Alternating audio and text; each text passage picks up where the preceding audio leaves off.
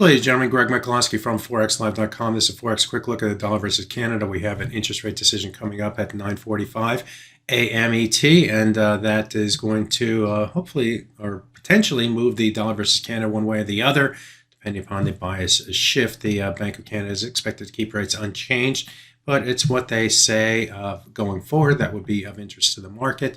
So let's take a look from a technical perspective of what the bias is, where the risks are, and so on and so forth. So let's get started.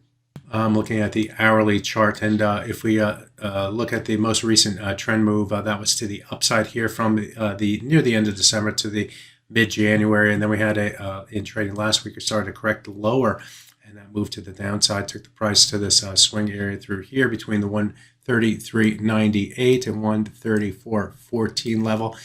In between that level is the 38.2% retracement of this move to the upside at 134.019.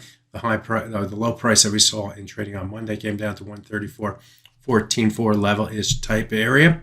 The high of the swing area could not get to and through the 38.2% retracement, which in my mind is a little bit more bullish for this currency pair, but there are other things that are in play here that might tilt my bias a little bit more to the downside. I'm going to explain that now.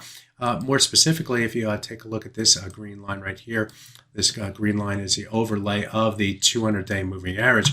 And on the move back to the upside, where we found resistance sellers trading yesterday initially, right against that 200-day moving average. Also near that level was the falling 100-hour moving average. So sellers pushed the price back to the downside, which stayed above this green line right here, which is the 200-hour moving average, and moved further to the upside. In this case, we did get above that 200-day moving average, did get above the 100. But again, the price moved back to the downside, and once again, the price did find support buyers early against the 200-hour moving average and pushed higher. But this time, the price stayed below the 200-day moving average, and that helped push the price out further to the downside. And in most recent trading in the late European, early U.S./North American trading, the high price came up to test the 100 and 200-hour moving averages. So we're keeping a lid on this pair. The dollar is lower. The Canadian dollar is higher. Maybe that's a tilt that the Bank of Canada will keep. The expectations for a cut in Canada is a little bit delayed because of higher inflation that came out recently.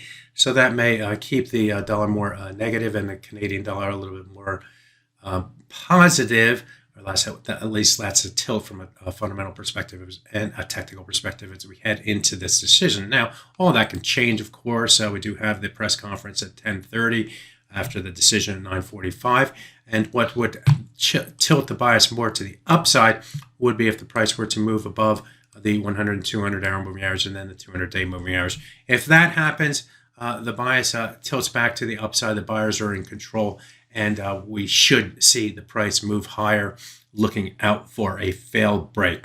But right now, the sellers are more in control, and on the downside, we'd expect that or look for the price to extend below the 38.2% retracement of the last move to the upside. If we can do that, then we'll look toward the 50% retracement at 133.58.8 as the next target after that, and then this swing area right through here, which goes back in time, looking at the different swing lows and swing highs through this ups and downs, ups and downs, ups and downs. But we did bottom in this area right through here, here,